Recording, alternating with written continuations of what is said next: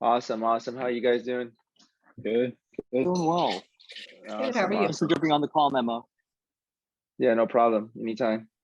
Yeah, thank you for I'd like being to here. introduce you to Korbin. Yeah, absolutely. Sorry, go ahead.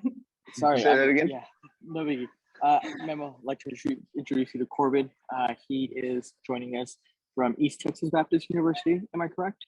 Yes. And he is a Awesome. winger, so he likes to get out there pretty quickly, and do what you do out there too, Memo. And I was catching up with him prior to this, and he's a big Dynamo fan, also a big Liverpool fan. So he had a really good weekend. I think they Yeah. beat Manchester United 5-0. So all smiles when talking about that. Yeah. Korbin, nice to meet you. And giving me the pleasure to speak to you today. And obviously you had a good weekend with Liverpool beating Man U. So, great weekend to start off. Well, nice to meet you too. I've seen you play a while, and I've always wanted to meet you. So Awesome. Finally get the pleasure to meet you, and it's great to have you. Korbin and his family are big Dynamo fans.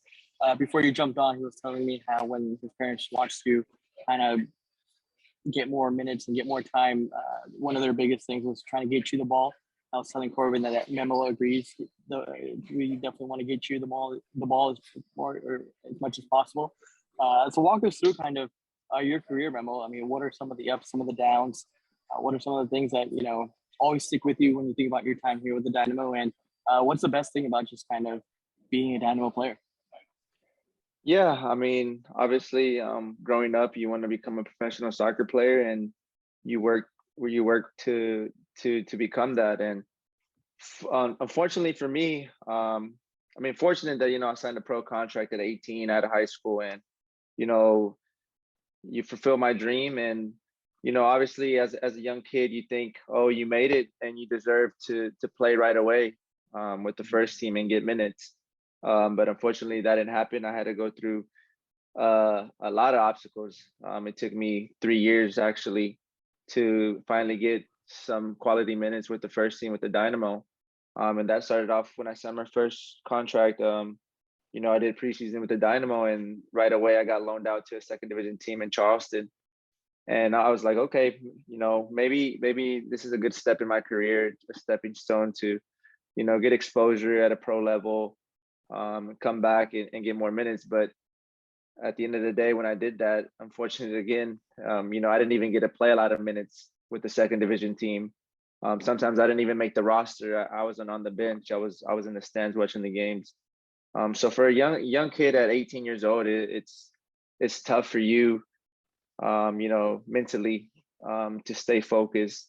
I'm fortunate enough to have a good support system with my family, friends, some of the mentors that just pushed me and drove me to become the best I could be, and how to be patient. And it was super tough for me. Like I said, I was 18 at the time, so living alone for the first time, so it was really hard on me mentally, and I really struggled at times. Sometimes I even questioned myself if the game was really for me. But like I said, my support system backed me up so much. So those are some of the moments that I cherish a lot in my career, because it was a learning experience, made me mentally stronger. And at the end of the day, it pushed me more and motivated more to prove people wrong, that that I was able to become that quality player in the MLS. Sure. I mean, I'll open the floor here if Kimberly or Camille want to step in. But I mean, there's a lot that goes into being a professional player, a lot of discipline, a lot of mental toughness, just having to navigate some of the things that you just touched about, everything from being loaned out to a different team, maybe not being happy with the amount of minutes. But with that specifically, like, how do you bounce back mentally? How do you kind of say, all right, I'm going to be ready for the next time they call my name? Yeah. So like I cut the story a little bit short. It didn't end there. My second year, I did preseason with the Dynamo again because I'm still under contract. Preseason's over with, and I get cut. So I was 19 at the time, so I'm still young, and then that kind of was even harder on me when I spoke to the GM at the time and the head coach. saying they were going to cut me, and I was they were going to give me the opportunity to go to RGV, which was a affiliate at the time. It was going to be the first year affiliate with the Dynamo. But some chip in my head, or it was just something that I said, okay, fine, I'll go over there and I'll prove you guys that I deserve to be here. So I went there for a year, had a good season, and bounced my way back up with the first team, and finally got a contract again with the Dynamo. Obviously, like I said before, and I'll keep on saying it, my support system really was a focal point in my career that really pushed me and really taught me to stay engaged and prove other people wrong and do stuff on my own when people weren't watching. I think that's one of the most important things that I could have done in my career, is done stuff when people weren't watching, just to work on my craft, work on something that I wanted to be in life, and that was just to become the best professional soccer player that I could be. So yeah, I mean, there's a lot of things that go into it. You have to stay mentally engaged. Self-motivation is really a big one for me. I know it's tough for a lot of people to get that self-motivation going, but you got to put in your head that you're going to work hard and do better for yourself. Obviously, like I said before, like, you want to do stuff when people aren't watching, and really work hard on your craft to become the best you can be. Absolutely. Korbin, anything on your end? I mean, feel free to poke Memo's brain. He's seen it all. He's done it all. I mean, he was with the team in 2018 when they won the Open Cup. Memo, touch on that. How awesome was it to win something in your hometown and do so, with family and friends watching right there in the stadium? Yeah, I mean, it's something special. I think any professional soccer player works hard to become a champion of the league, of the Open Cup, of any international tournament that you're a part of. It's all the work that you work for to become a champion, and it feels good at the end. You finally accomplished what you worked for all your life. For me, it was my first championship, so it felt real good, and it's something that I'll never forget ever. So especially to do it in front of my hometown fans, family, friends, it was a pretty special moment for me. Yeah, I feel you in the recently with soccer. It's coming from a high school where I played almost a whole game, to where coming here, I didn't even step on the field for the whole season. I've only played, just like scrimmages, I guess. So yeah, I have been kind of in your, by what you said, it sounded a lot like what I've been going through. So yeah, it's been rough, but I've tried to get through it. So. Yeah, I mean, it's tough, even a little bit this season, where last season I was a key player for the team. I started, I say 90% of the games, played full games, and then this year, as my 7th year as a pro, I'm still having obstacles that I have to overcome. I went through 3 rough years where I didn't get no playing time, and then I had a good stretch of 2 years, and then again, this year was a little rough for me, and also for the team, where I will start a game and get subbed out minute 60 constantly, where I'll be on the bench, come in minute 85, minute 89, where I can't really contribute to the team. So even to the 7th year as a pro, I've had struggles, and it's tough. I think the first 3 years of my career really mentally helped me to stay strong, I guess. I mean, I guess it didn't affect me that much this year like it did before in the past, where I would question myself, hey, is this really for me? But it's just it's the beauty of the game, honestly.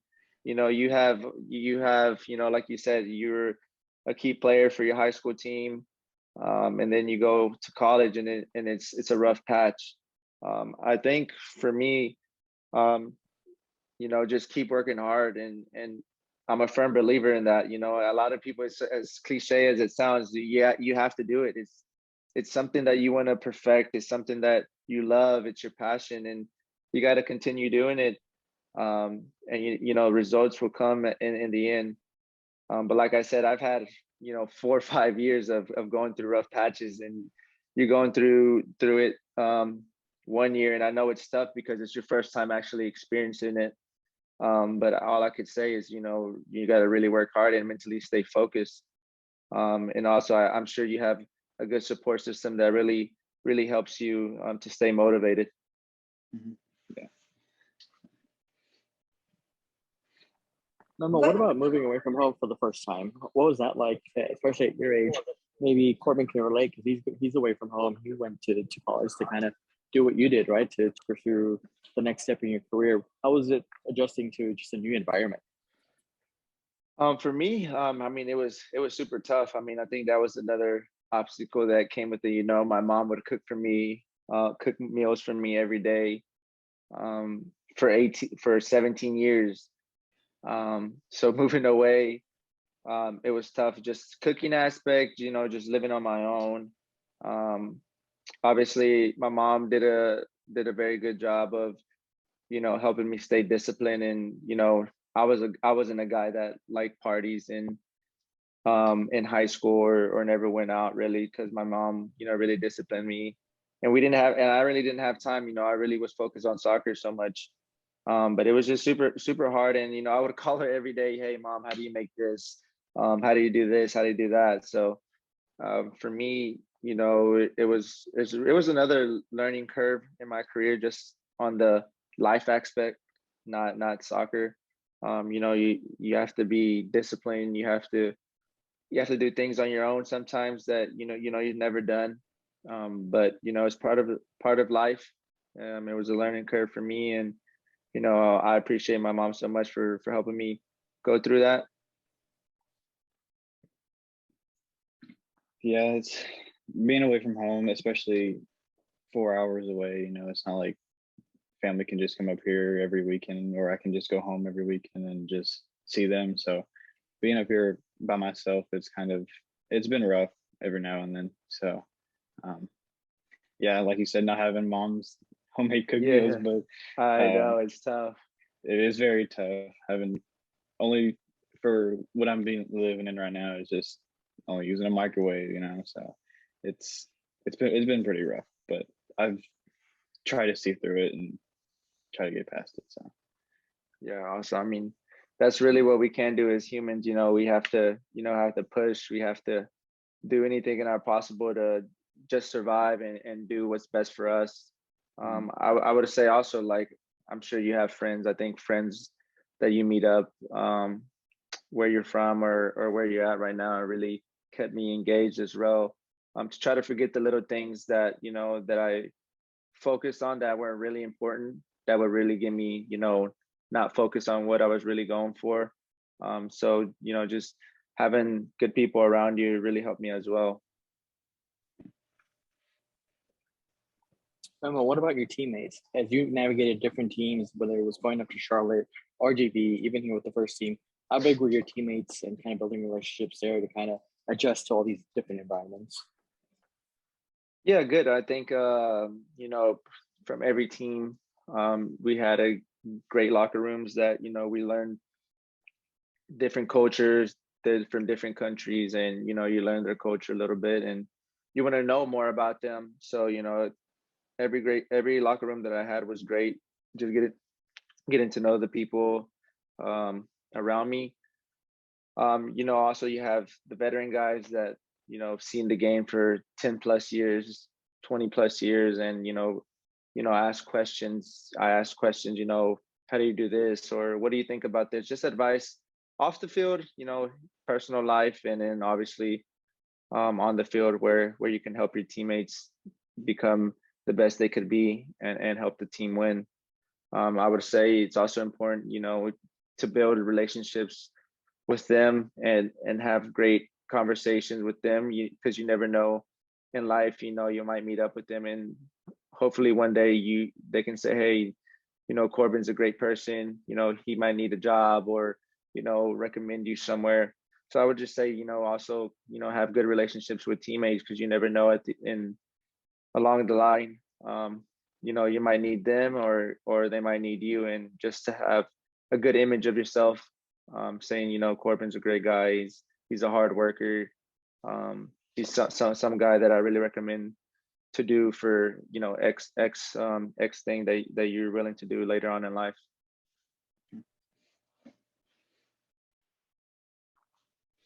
What kind of thing you said to for Korbin and for what you did, you worked on things individually. How do you have any tips on what he could do individually, or you know, ways to stay motivated? Like I know that's you know, it's all mental to like keep pushing, but what kind of things did you do on your own to better your game?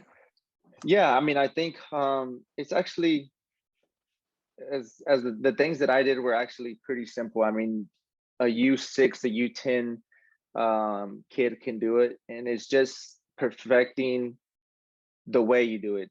I would say. I mean, you know, sometimes I had him, like my best friend's dad. He was a mentor to me. You know, we juggled for 10 minutes, juggled the ball for 10 minutes a day, jump rope for 10 minutes a day. You know, just simple things. It's really nothing too crazy that you can do. It's just working on your technique. I think that you can never be good at your technique. It could always get better. You know, there were some times where I hit the ball at the wall, and the way I controlled the ball was just something like simple. I promise I did these things.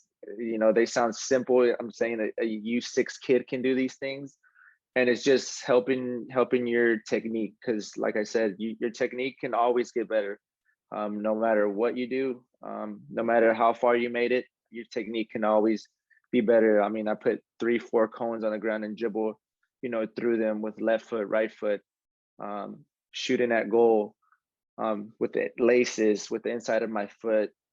So it was actually nothing too complicated that nobody can do. But like I said, you know, I repeated, like your technique could always get better, no matter how good you think it is.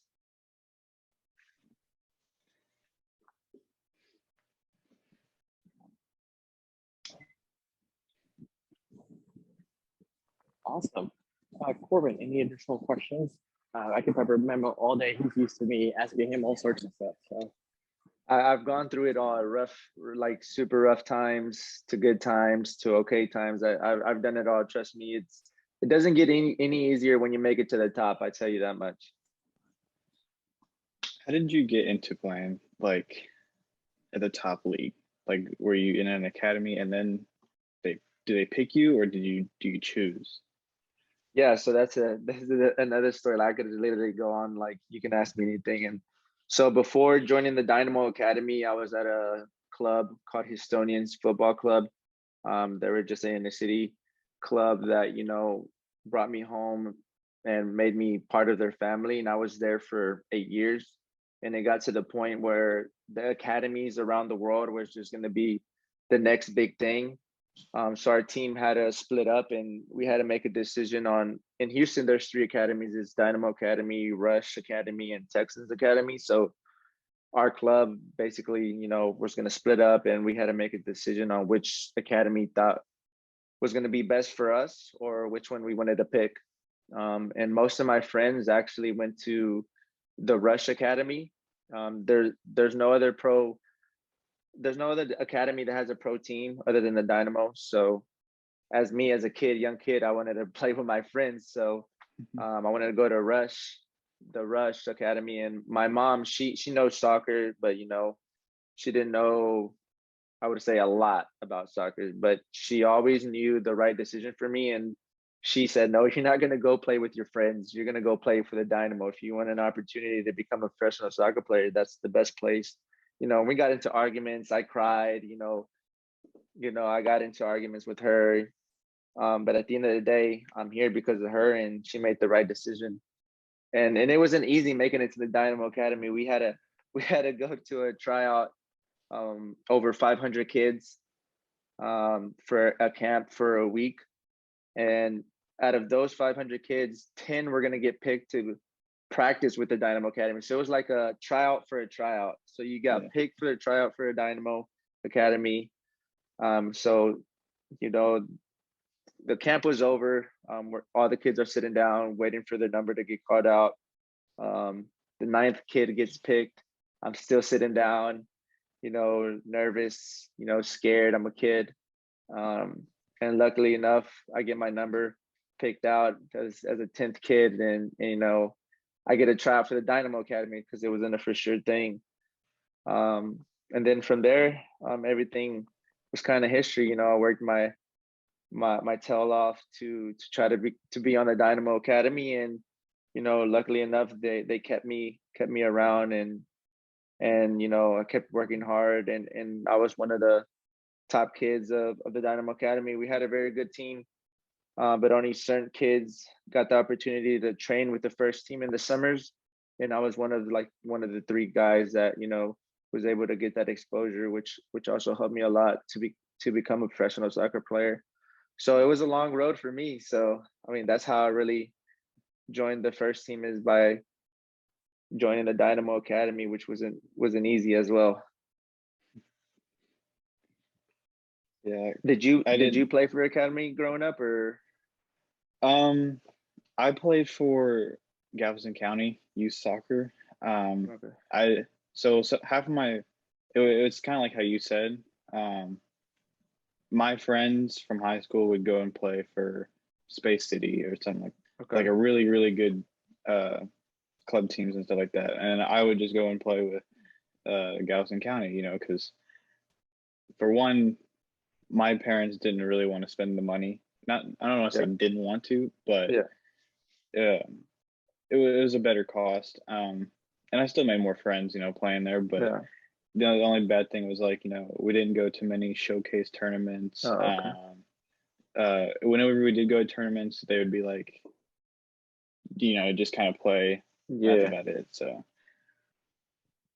yeah, it was okay. It was fun. Yeah, I mean, it's tough, you know, like growing up, we don't know what's gonna happen with, like, if there's gonna be academies and stuff like that, or because all of my best friends are actually from the Houstonian Soccer Club. So it's like the best moments of my life, and you know, even to this day, we're grown, and you know, everybody has babies, everybody has kids, and you know, we're still best friends, and I still talk to them every day. And not saying that the Dynamo Academy didn't have great guys or great players that, you know, that you didn't get to talk to, but you know, at the club level, I think I met my best friends and people that I really love to this day at the Houstonians Soccer Club. Yeah, that's where my best friend came from, was club. You know, he wasn't from this area, and he started playing and just kind of clicked and connected, and ever since then, you know, every time we're on the field, it's always like, you know, they always try to give us the ball or something like that, because they know that we trust each other and trust everybody else in the field too. So stuff like that. So. Yeah, that's nice.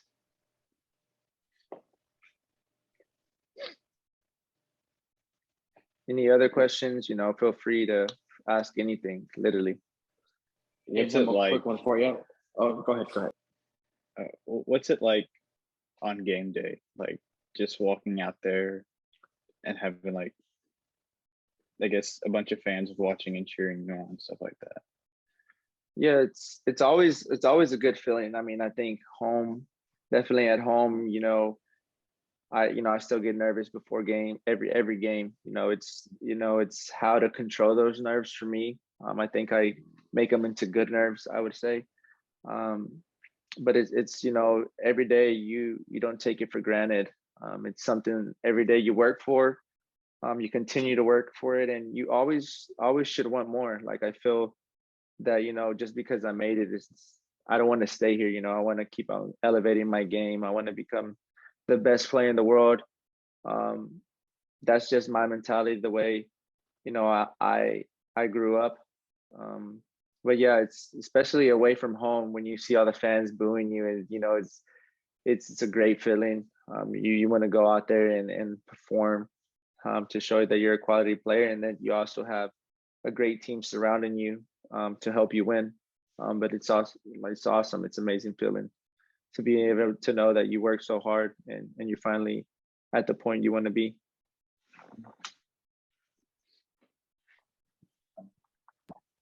A quick one for you. What surprised you the most about being a professional soccer player? I think just the daily grind of it. It's super important how players really take care of their body, mentally, physically, and the way the way you eat, the way you recover. The daily grind is, super tough. You're competing every single day with top players, and you always try to get the best out of them. They get the best out of you, and I think that's what makes teams better, make them great. But I would say definitely the daily grind of you just trying to grind it out. Try to every week you have to earn your spot is like no guaranteed if you're gonna start or not. So you have to be at your best every single day. I think you can't take no days off. So I think it's important for you to keep working hard every day, because at the end of the day, everybody's fighting for their spot. Yeah. Everybody has a job to do.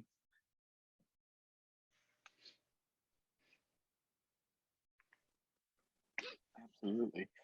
Korbin, I'll leave the floor open to you. Anything else or on your end? Happy to chat about anything else on y'all's radar.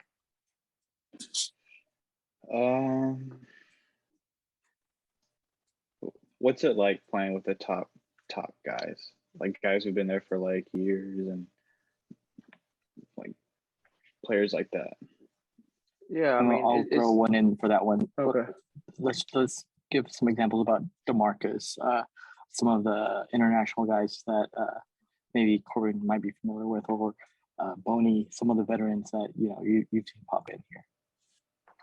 Yeah, I mean, I think playing with top players is like I played against Carlos Vela, Zlatan Ibrahimovic. You probably know those guys. Wayne Rooney.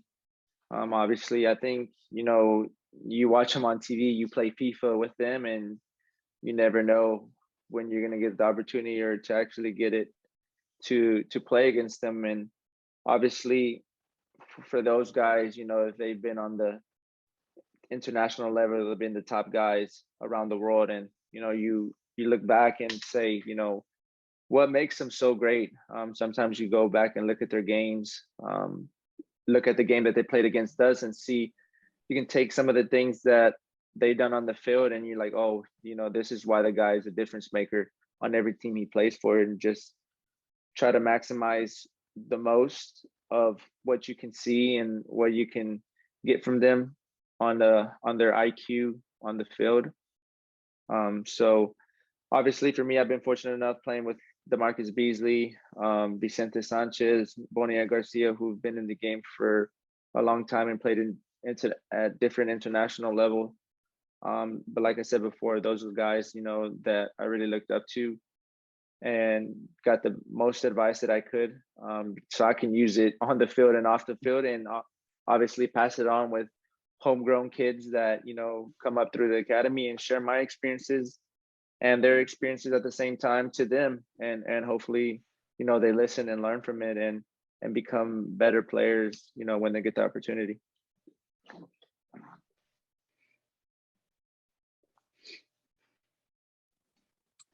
While we're on the topic, kind of curious, what's your favorite DeMarcus Beasley prank? So I forgot, I think it was his birthday, and we threw eggs at him with flour. We put him in the cold tub, and he was like, he was like, I'm gonna get all of you back. And not everybody was part of the prank against him, to him, but he's like, I'm gonna get everybody back. And he put, what are they, styrofoam pallets, I think they are, those things, in everybody's car. Like he literally filled everybody's car up to the roof, and everybody came out one day, and then we just had those peanuts all in our cars, and it was hard to get out.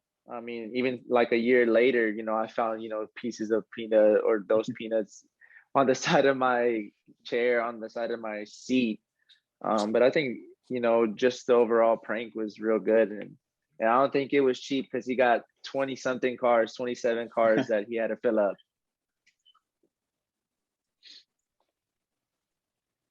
When that goes to just that locker room, that specific year, they were pretty tight. DeMarcus had a lot of to do with that, and he paved the way for guys like Memo to carry the torch for him. So it's kind of led Memo to where he is now. Definitely one of the veterans and one of the captains on the team.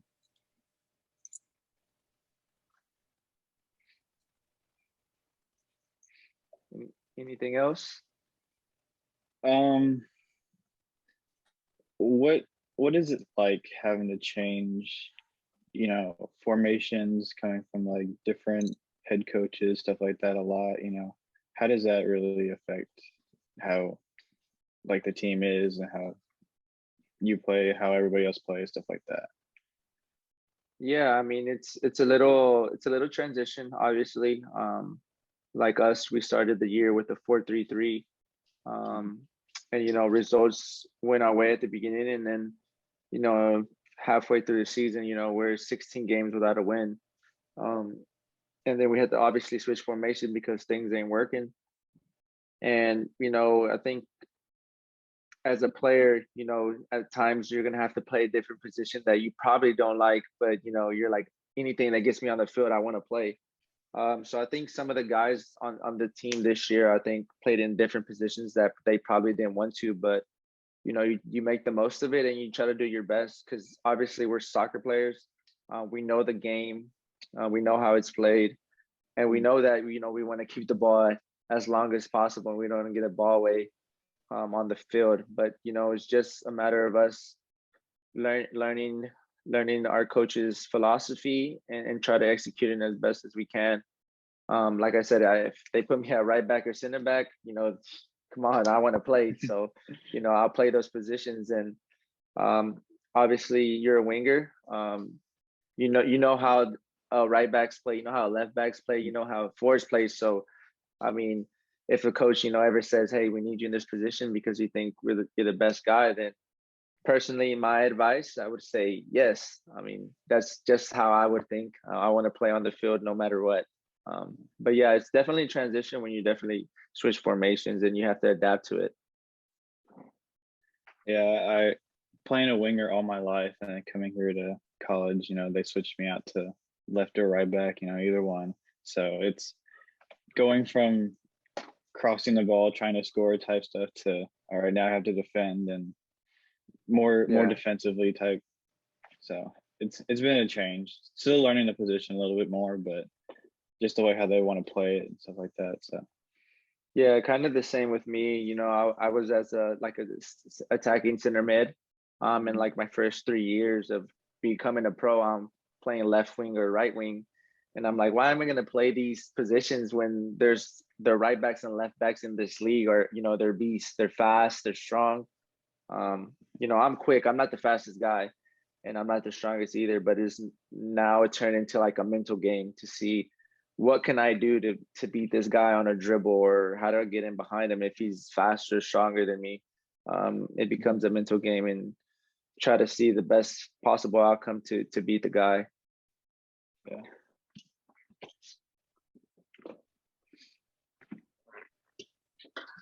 Emma, what about off the field? There's a lot that comes, a lot of stress, a lot of just time that comes with being a professional. How do you kind of get away? Maybe it's changed now that you're a dad, but maybe when you were Korbin's age, how did you kind of get away when you were off the field, away from the training facility? Yeah, I mean, for me, obviously I have a baby now, and things change a lot more. But I would say at your age, especially away from home, I walk around the mall a little bit just to keep my mind off of things. I play a lot of video games. That was really my out of soccer, getting away from soccer and mentally, getting away from the game a little bit, because I think it's important for everybody that plays a sport at a competitive level, that you have to take time for yourself, to do what you love to do outdoors. If you like to go to the movies, just to get away from the game a little bit. Like I said, I played a lot of video games on my own time. Now I played a lot less since I have a baby, but we go on walks with the baby, with the dog. just to get out of the house a little bit, not stay isolated so much, because that also could affect you a bit. But I just did things, just to get out of the house, and could be a small walk and, get a little sun. Were the big things for me. Even to this day, I try to get away from the game. When I can on our off days, not think about it too much. But like I said, yeah, just do what you love to do outdoors, and get away from the game a little bit. Yeah, that's what I've kind of done a little bit here. Just kind of, it's either doing school or doing soccer. So kind of both of those just kind of fall together. So I'm like, okay, I need to find a way to kind of get away from both of those a little bit and just kind of, I guess, relax. And yeah, I get video games is a really good way, but yeah.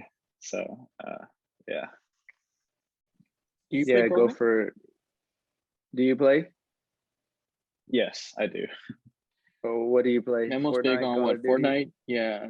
Call of Duty. Yeah, Call of Duty too. Call of Duty, yes. I did play Rocket League for a while with my friends. Okay, nice.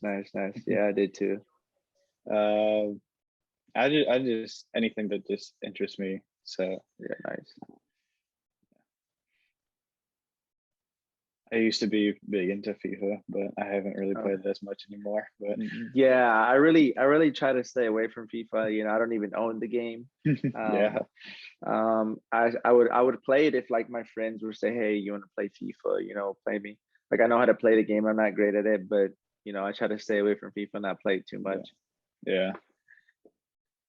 So.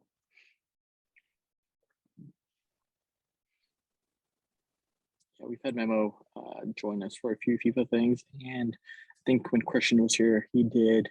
Y'all did Fortnite for a little bit, and then Call of Duty. That's more of a off the field kind of thing. So Memo, you can definitely find him when he's free near either his gaming laptop or what are you, Xbox or PS5? Right now I have a PC, so there we go. Kind of working with what you got. Well, cool. I'll leave it to Korbin. Anything else before we wrap up here? Memo, thanks again for jumping on, catching up, just chatting about life, because soccer is it takes you all over the place, but at the end of the day, it's a game, and definitely something that we all enjoy, and means a lot to us for sure. Yeah, exactly. I mean, I would say, do you have any other questions before we wrap up? I don't, but I just want to say thank you for coming out and talking to me. Hearing your side of professional soccer and stuff like that, and how you grew up I see some similarities in me too. But stuff like that is, looking up to you and most of the other players on the team, stuff like that. Well, it helps me out, kind of push me through and be there till senior year. So. Yeah, exactly. I mean, I would just end on, obviously you've heard my story, and, even when you see a lot of triumphs and you think you're doing well and everything seems the grass is green and everything like that, it's going to get tougher. Along the way, you might, next year you might be a starter, every game, and, the next year another guy comes in and the coach is like, hey, we want to put this guy in. That's kind of, what happens in this sport. Like I said, it took me 3 years to actually get minutes. And you're going through a rough year, and it's super tough, because obviously, as much as we don't want to think about it, it's on the back of our head. Hey, like, I deserve to be there. Yeah. But I would say, just do the little things right. Try to do, it don't have to be a complete workout. Working on your technique every single day, just to perfect your craft. Because at the end of the day, I can tell, you're a guy that's willing to put the time in and become better as a person, become better as a player. And I think, hopefully my words really motivate you, and hopefully to see you on the field soon, and have that smile on your face while you're playing, and then it'll be the end of the day, when you work hard, you know, and you get on that field, you're gonna be like, hey, you know, I can actually play at this level. And, you know, once you get there, you have to have that mentality, hey, nobody's gonna take this spot away from me, and keep working. I think a lot of kids, a lot of players get comfortable whenever they make it to the top. And at the end of the day, you can't do that, because there's always going to be a guy hungrier to get you a spot. And, you know, you have to work hard at, you know, not giving that spot up. Like you said, you know, you see similarities in me and you. And I continued, like I said, this year was rough for me, but that's not going to stop me from, you know, working hard and trying to become better and prove people wrong.